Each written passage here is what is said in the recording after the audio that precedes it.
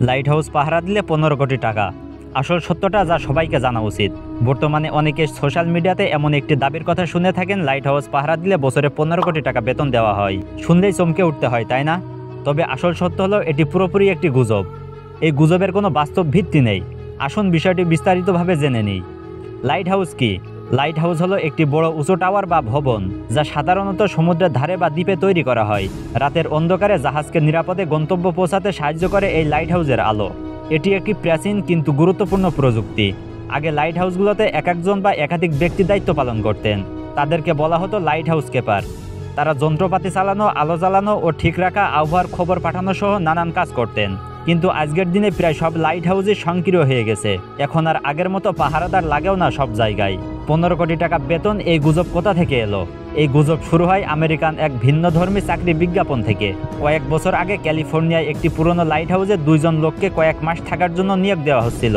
তাদের কাজ ছিল জায়গাটি দেখাশোনা করা, পর্যটকদের গাইড করা এবং কিছু টেকনিক্যাল কাজ। পুরো সিজনের জন্য তাদের দেওয়া হচ্ছিল প্রায় $1,30,000, বাংলাদেশি টাকায় 1,50,00,000। তাও 2 জন মিলে এবং অস্থায়ী ভিত্তিতে।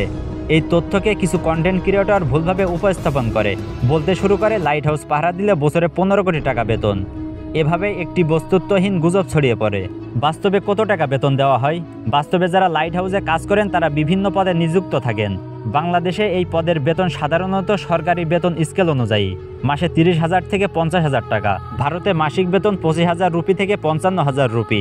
আমেরিকা বা ইউরোপে বার্ষিক বেতন হয় প্রায় $40,000 থেকে $80,000, যা বাংলাদেশি টাকায় প্রায় 45 লাখ থেকে 90 লাখ টাকা।